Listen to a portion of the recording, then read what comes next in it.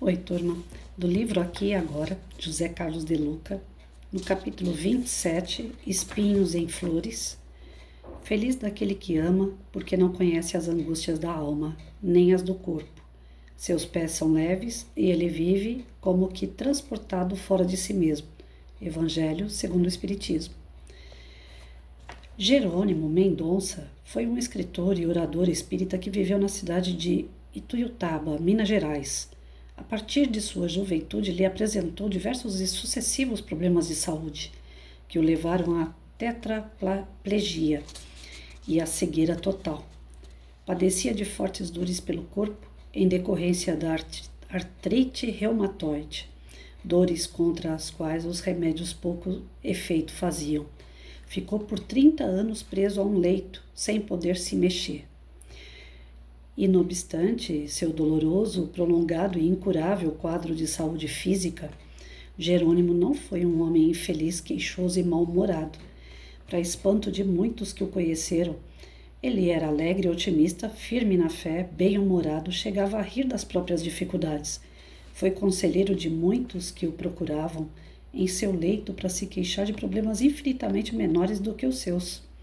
E a todos consolava e orientava com uma palavra de fé e esperança. Jerônimo foi um homem caridoso de causar admiração a todos. Apesar das extremas limitações orgânicas, ele percorreu inúmeras cidades do país, levando sua mensagem de otimismo, alegria e renovação espiritual. Além disso, ditou mensagens que foram transformadas em livros, gravou discos com suas mensagens e palestras, fundou 2 centros espíritas e um lar para crianças desamparadas. Um dia antes de falecer, fez a arrecadação de donativos por telefone, como era de seu costume, tendo angariado 50 litros de leite, 50 cestas básicas, contendo produtos de limpeza, pães e 120 picolés para distribuição numa comunidade carente de Ituiutaba. Ele costumava dizer: quem não trabalha, dá trabalho. Não sem mérito, Jerônimo recebeu o carinhoso apelido de o gigante deitado. Creio que essa postura caridosa, otimista e dinâmica de Jerônimo adveio da compreensão dos motivos e da finalidade das duras provas que ele enfrentou. Proferindo a fé espírita, Jerônimo encontrou explicação para os seus padecimentos, não vislumbrando na sua existência presente alguma causa que justificasse todas aquelas enfermidades e dores. Concluiu que era do seu passado espiritual, isso é, em suas encarnações anteriores, que ele acharia os desequilíbrios que irromperam mais tarde. Como esclarece Allan Kardec, em virtude do axioma de todo efeito tem uma causa. Essas misérias são efeitos que devem ter a sua causa, e desde que se admita a existência de um Deus justo, essa causa deve ser justa. Ora, a causa sendo sempre anterior ao efeito, e desde que não se encontra na vida atual, é que pertence a uma existência precedente. Nesse sentido, é que o próprio Jerônimo vai dizer: mas, como o Espiritismo ensina, o espírito reencarna com suas tendências, suas lutas, com seus problemas inerentes ao mérito e demérito, luz e sombra, fracasso e vitória de pretéritas lutas reencarnatórias. Essa mensagem espiritual, destinada a Jerônimo, ele foi informado de que deveria lutar contra a animalidade que rugia em seu peito.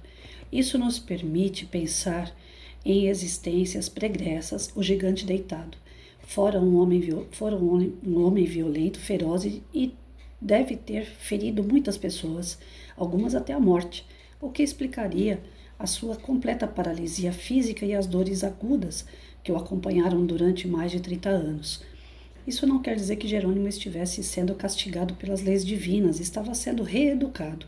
Isso sim, para que o mal praticado ontem fosse convertido no bem de hoje, para que os impulsos destrutivos do passado fossem convertidos em ações construtivas do presente.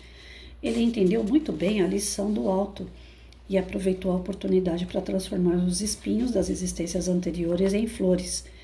A doutora Jane Martins Vilela, que foi amiga e uma das médicas que o atendiam, escreveu o seguinte: já há vários anos não havia explicação científica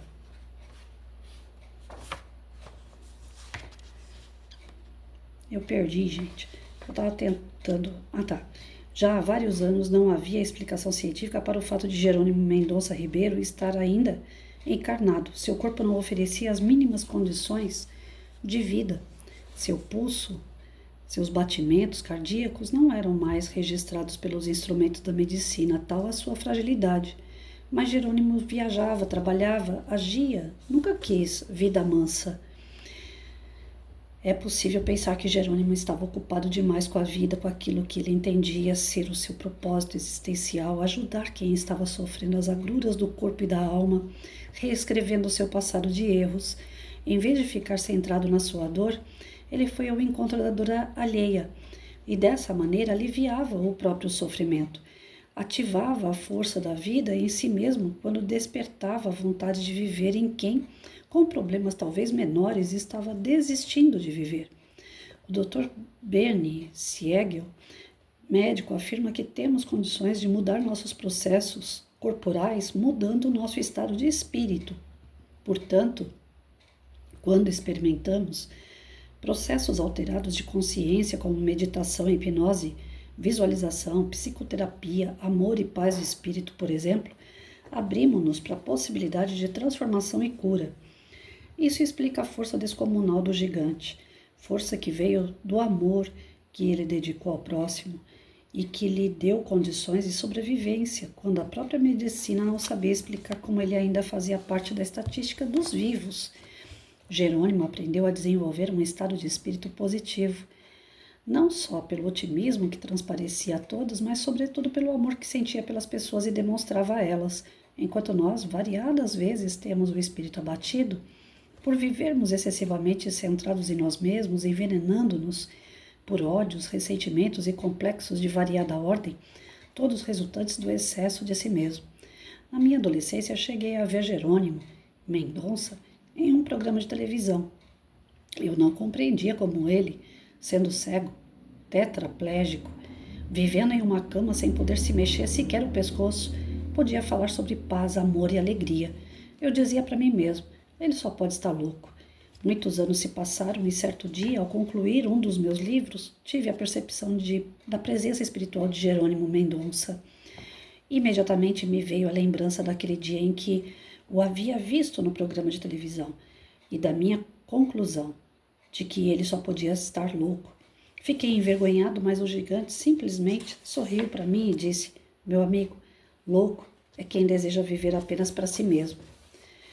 Para sua reflexão, registro uma interessante passagem de Jerônimo, na qual um repórter lhe perguntou o que ele entendia ser a felicidade, e veio essa surpreendente resposta que nos põe a pensar na própria felicidade. A felicidade para mim, deitado há tanto tempo nessa cama, sem poder me mexer, seria poder virar de lado.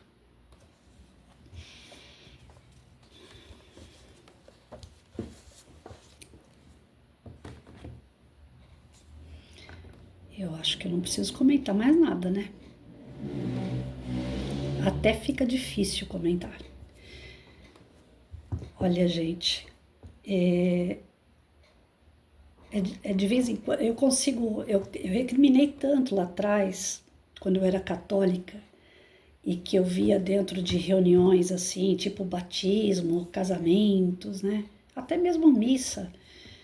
Às vezes os padres com os quais eu tive contato, assim, eles em algum dado momento, eles paravam de falar sobre a questão religiosa e entravam na questão política.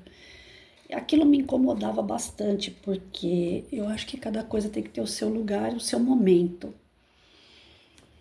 Mas como líder religioso,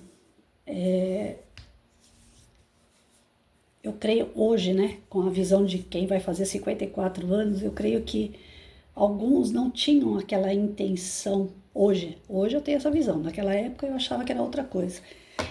Mas eu creio que eles tinham aquela visão assim, já que eles fazem um trabalho social voltado dentro da igreja, da instituição, eles conheciam seus fiéis, eles conheciam a situação econômica, financeira, familiar de cada qual que passava por ali. E alguns, eles falavam em tom de revolta sobre o governo que a gente estava na época, né? Eles citavam que algumas coisas tinham que ser mudadas, que as pessoas precisavam se mexer, né? Saber votar, esse tipo de coisa. Eu ainda era uma adolescente, uma pré-adolescente, eu via aquilo com maus olhos, porque eu falava assim, nossa, nós estamos voltando à Idade Média, né? Onde fazia-se acordo, governo e religião para manipular o povo. Então eu tinha essa visão.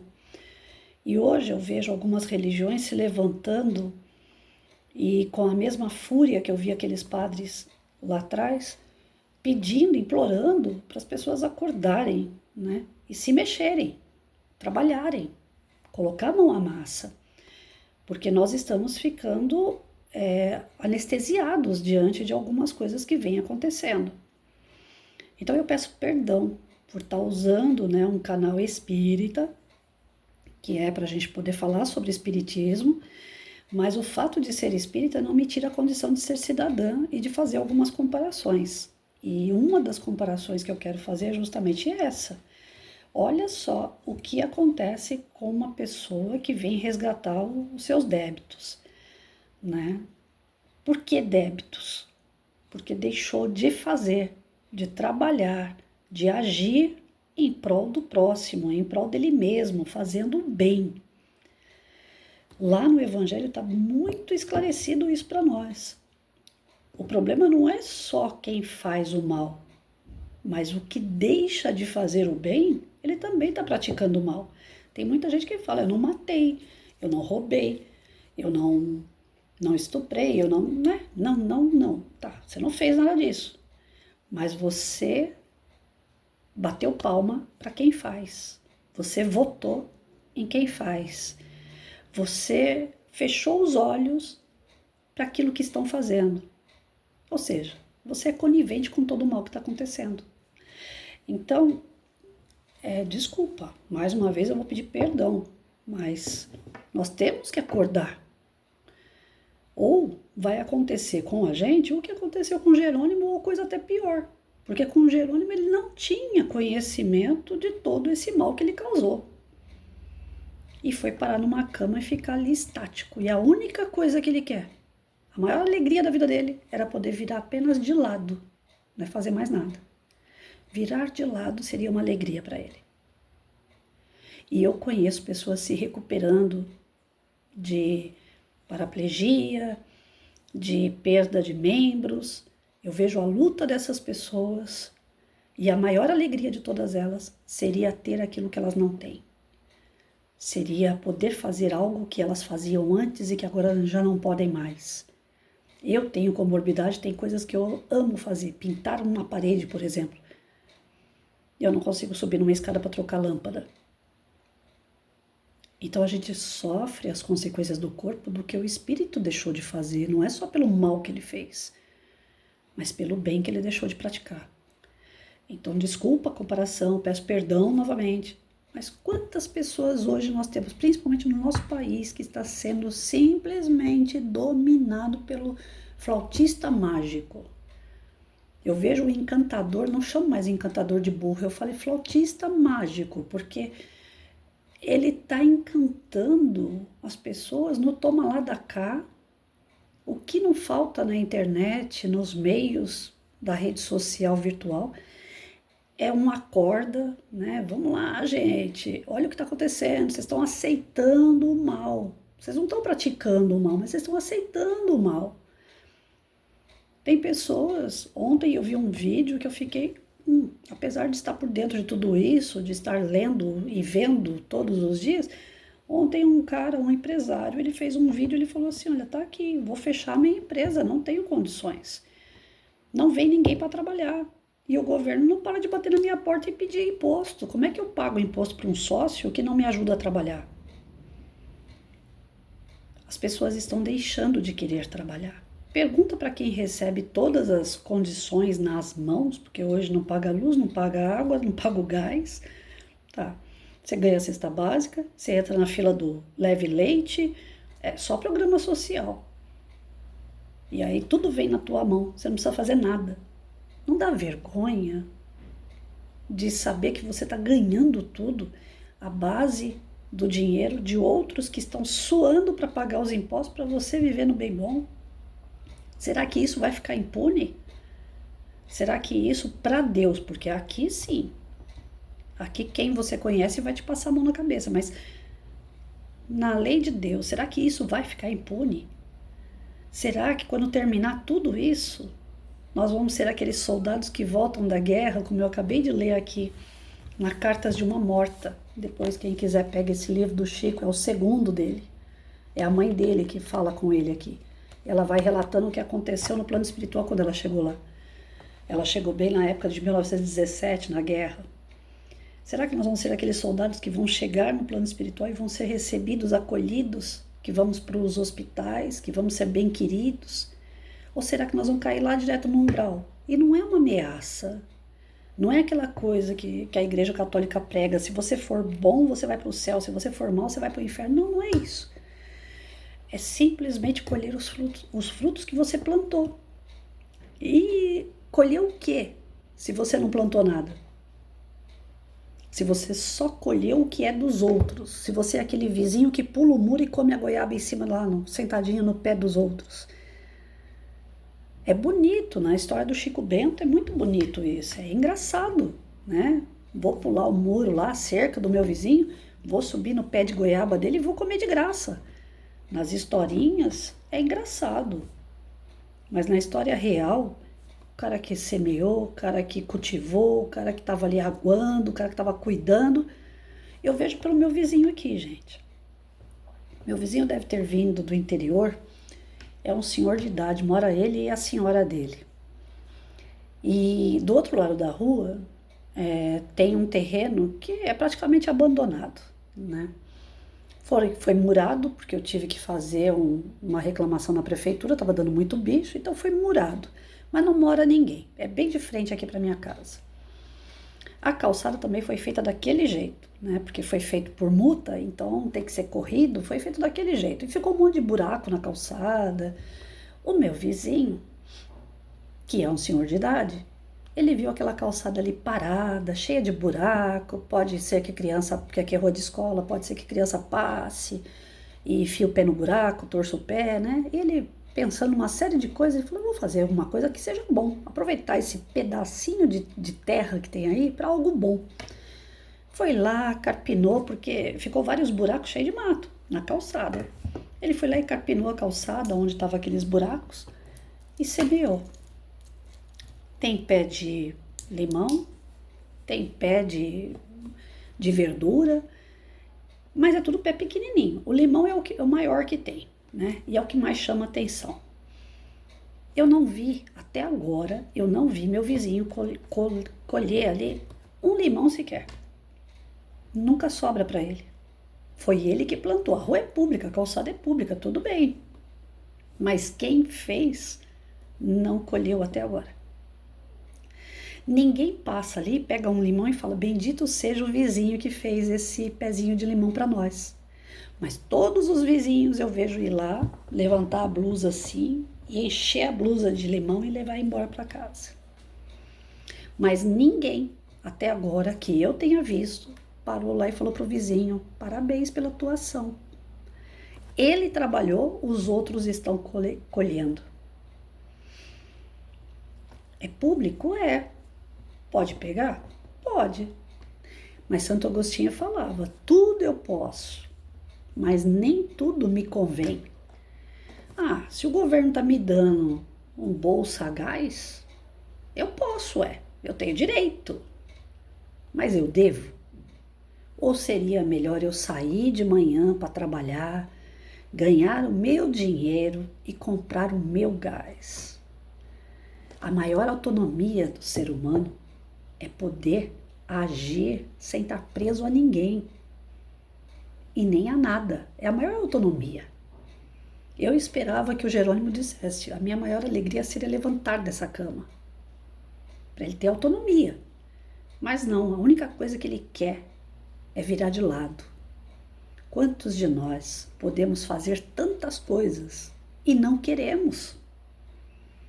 Nós nos recusamos a fazer as nossas atividades, inclusive dentro de casa. Ah, essa louça deixa para mais tarde. A roupa pode esperar. Ah, tem uma pintura aqui para fazer, tá ficando úmido a parede. Ah, eu vou morrer, a parede vai ficar aí. Deixa aí.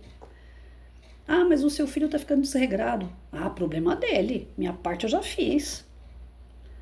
Tudo a gente arruma desculpa para deixar para depois. Seu amigo tá chorando. Problema dele, foi ele que arrumou o problema, então agora ele que resolve. O egoísmo e o orgulho predominam entre todos nós.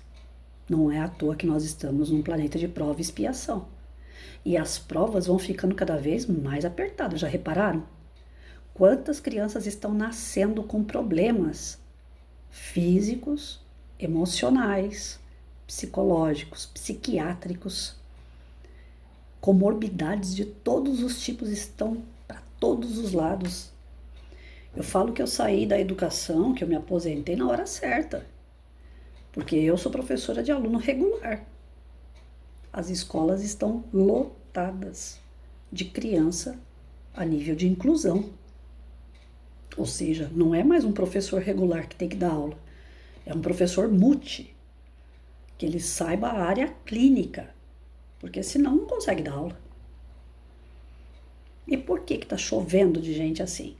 Porque já foi dado todas as oportunidades do cara trabalhar, desenvolver, amar, poder ser amado de verdade, poder criar condições para ele e para os outros a título do bem. Mas as pessoas se negaram. Então não foi pelo amor, vai pela dor. E nós estamos batendo aí, como eu sempre falo, no fim dessa era de prova e expiação para a regeneração. E vocês acham que vai ter o vale regeneração? Aqueles que não plantaram vão colher no planetinha de regeneração? Não vão, não. Se alguém estava enganado em relação a isso, Deus é pai para todo mundo, ele é pai para todo mundo, mas cada um recebe desse pai aquilo que realmente merece. Lá não tem vale planeta de regeneração, vale planeta superior, não tem esses vales não. Se você não fizer por onde, você nunca vai chegar, nunca é uma palavra muito forte, mas vai demorar muito para chegar nesses planetas, nesse contexto melhor de vida. Se você quer realmente uma vida boa, uma vida em paz, uma vida de amor, vai ter que trabalhar para isso.